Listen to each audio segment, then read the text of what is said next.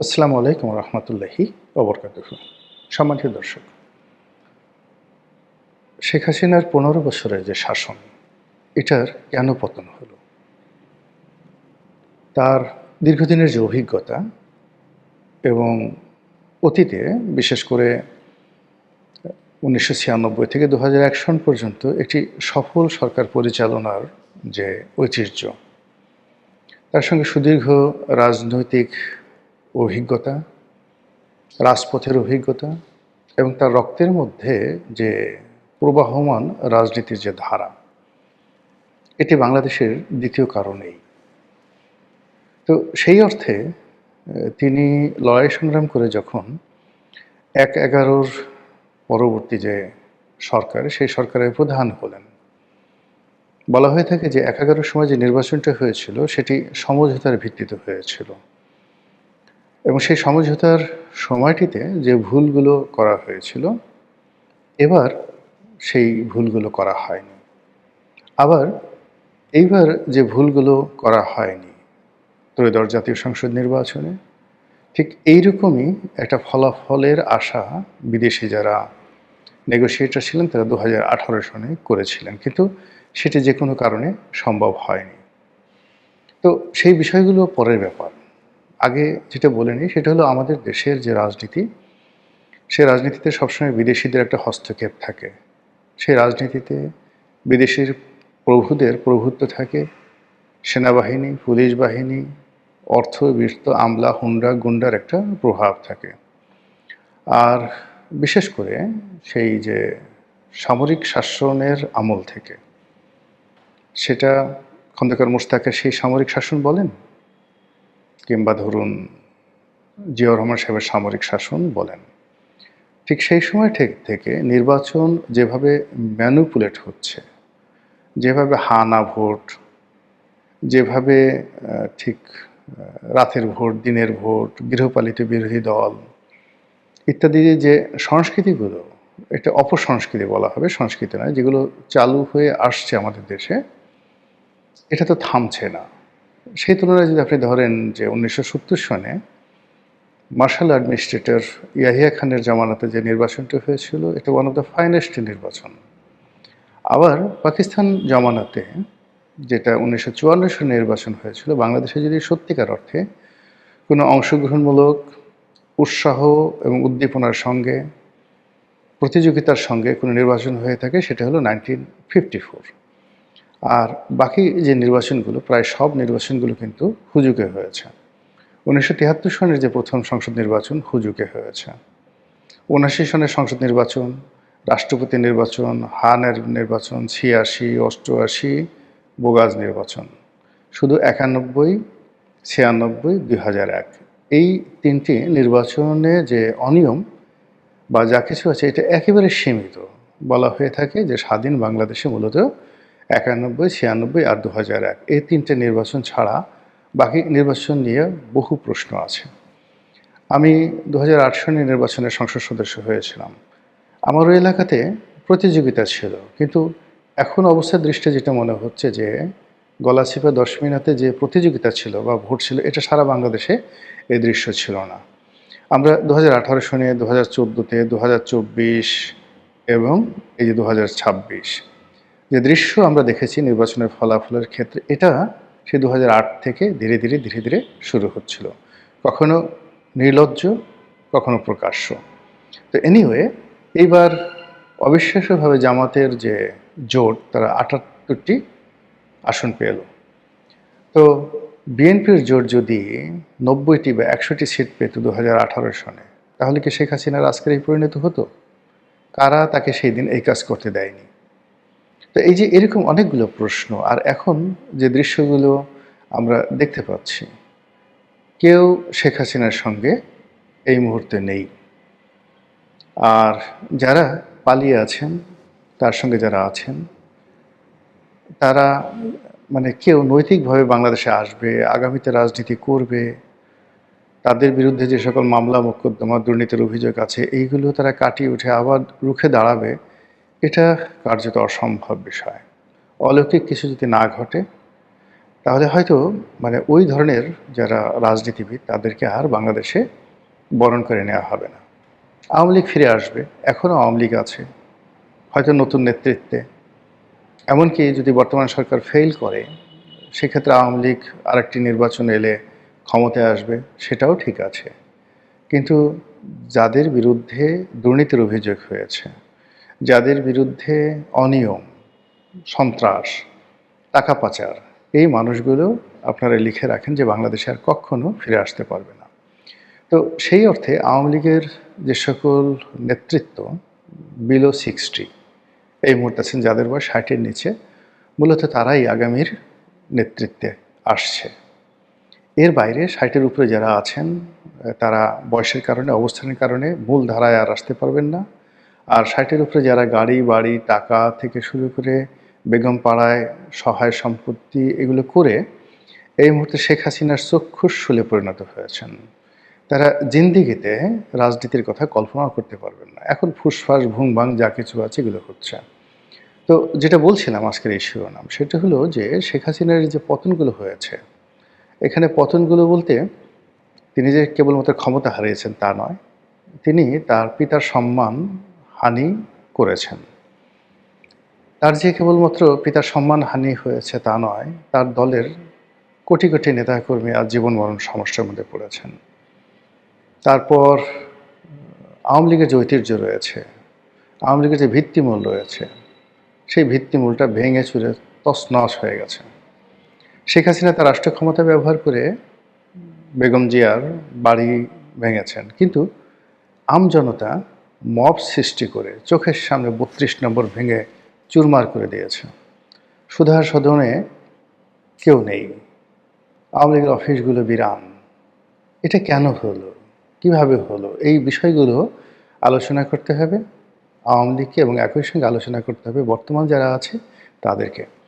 এর কারণ হলো যে ক্ষত সৃষ্টি হয়েছে, যে দায় সৃষ্টি হয়েছে এই গত 17 মাসে কিংবা আওয়ামী লীগের 16 বছরে, সেই ক্ষতগুলো যদি বর্তমান প্রশাসন তারা যদি সেগুলো ধীরে ধীরে কাটিয়ে উঠতে না পারে, তাহলে একই পরিণতি তাদের জন্য অপেক্ষা করবে আগামী দিনে।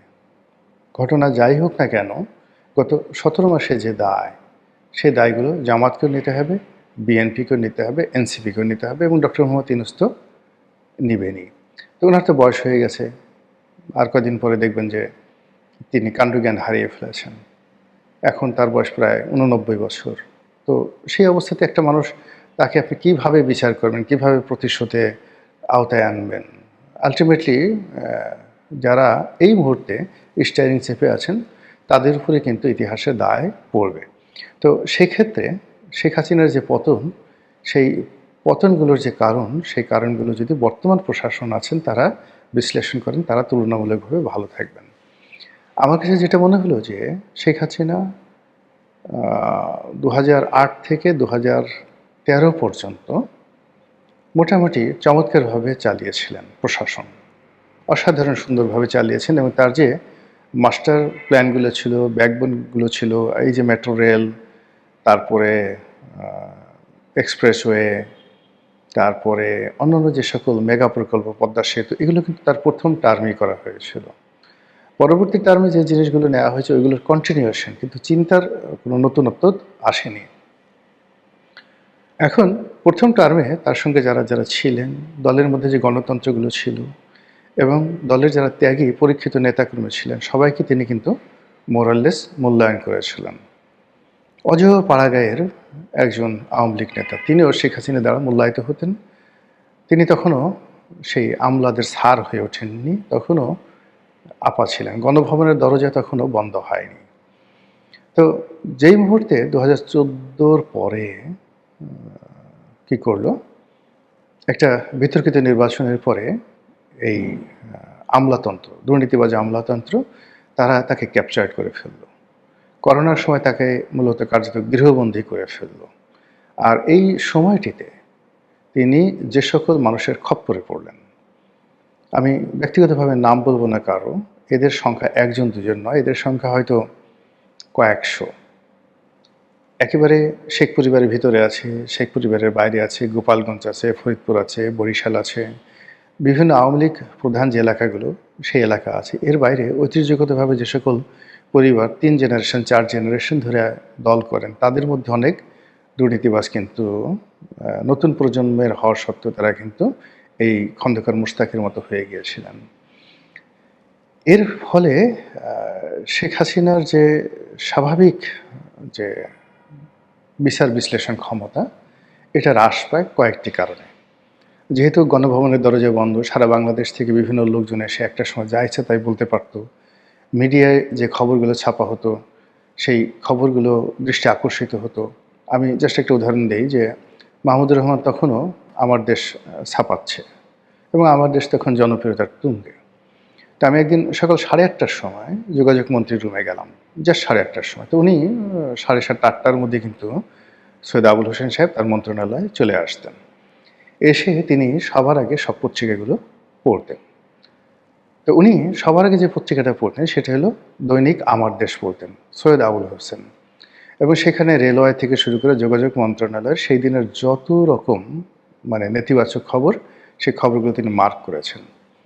এরপর যখন 9টা বাজলো, সবাই কর্মকর্তারা এলো, তিনি সবাইকে জিজ্ঞাসা করলেন এগুলো কি হয়েছে। তো আমলারা আমার সামনেই তারা বললেন যে জি স্যার, পত্রিকায় যে রিপোর্ট ছাপা হয়েছে এগুলো সত্য। তো বোঝার চেষ্টা করুন এটা 2009-10 সনের ঘটনা।